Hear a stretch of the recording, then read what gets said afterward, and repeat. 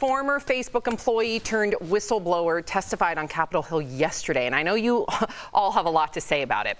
So what happened yesterday is she laid the blame on CEO Mark Zuckerberg for putting profits above public safety. Take a look. Mark holds a very unique role in the tech industry in that he holds over 55% of all the voting shares for Facebook. There are no similarly powerful companies that are as unilaterally controlled. And in the end, the buck stops with Mark. There's no one currently holding Mark accountable but himself. Zuckerberg is hitting back. He published a letter saying the company cares deeply about issues like safety, well-being, and mental health.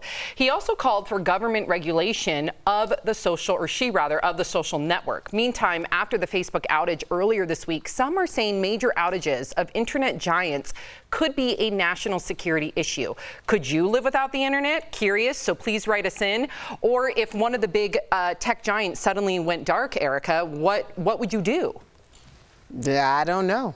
I wasn't privy to the outage. I was with family, and I didn't find out until everything was back up. But I do understand, when I was reading a lot of the comments, a lot of people were coming down very hard on Facebook and Instagram and WhatsApp, because the truth is we have developed this relationship where we feel like we need it. Some of it might be superficial. Others is not so superficial. Our colleague Sophia brought up the issue of in Latin American countries, the communication went down and it was a major hindrance. It became very problematic because of WhatsApp. I'm sure a lot of other countries who rely heavily on WhatsApp as well. But we need to also look at our personal accountability when we're having these conversations, because the first thing I saw when I went on social media when it was back up was how terrible this is and how it was a conspiracy for X, Y, and Z, but you're still on that platform having those conversations. So when do we take our personal accountability and responsibility? That's exactly what I was going to say. It's down for 6 hours. Nobody's talking about that. Everyone's talking about like, wow, what did you do for those 6 hours? Like it was some major thing that we were missing from our lives. That's addiction. People think of just substances that you take as an addiction. This is an addiction. We're not looking at it like that yet. We're not looking at what the harm it's causing. Everyone's looking at the whistleblower is. And more people are stepping up, which I'm proud that she is. Of course, people who work there. Of course, Mark Zuckerberg's going to stick up for his product. And right, there is a lot of good from it. I don't want to completely bash it, but we do need to be aware. We can't be naive of the fact that it went down for 6 hours and everyone's like, whoa, what did you do for 6 hours? That's addiction. I do agree with you, but I think we're missing something. You guys both brought up accountability, and you, Erica, brought up how important Facebook and social apps are to a lot of people. It could be communication. It could be, I know that there's a lot of organizations that use WhatsApp for even communicating with sex traffickers. So a lot of people are completely reliant on these social media apps. It could be for business, for revenue, whatever it may be.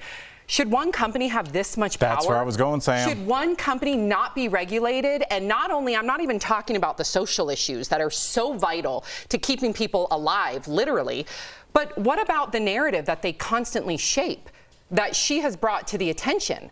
So I don't think one company should have this much power. I'm not saying we get rid of social apps. I'm saying there needs to be regulation like everything else, and there needs to be some ethics involved. And that's what's missing in my opinion. That's antitrust, and that's what you're talking about. And when you say antitrust, people's eyes glaze over. But this happened with the railroads. This happened with telecommunications. This is what happens when one person owns everything. When you own Instagram and Facebook and WhatsApp, if one of those goes down, all of those go down. And this is a problem you do not have a choice. If, Jeff, you say, I don't like Facebook because of what they do, I'll get on Instagram, it's still Facebook. Right. You're still subject to their algorithms, and vice versa. So even if Facebook did not have nefarious intentions, even if they meant nothing but the best, when you control everybody's narrative, if you make a mistake, even if it's not on purpose, it's going to affect so many people. And this is why we do not have large conglomerates that control everything. You're so right. We just got a comment from Cynthia B saying that there needs to be oversight. When will there be oversight?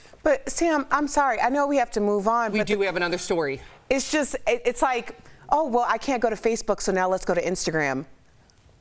If you're using it as a social media app and you're using it for that moment or for that reason, then it's like people who go on and talk about petroleum products. You know your cell phone that you're tweeting from is made of a petroleum product. Like, that's what I'm saying. The personal accountability is Yes, but there should be oversight important. with a big conglomerate, too. Of because course, if it does but go at down, the same then time, what? for people to be like, well, I don't know what to do now. Right. Of course. I agree with you there. Completely agree with you.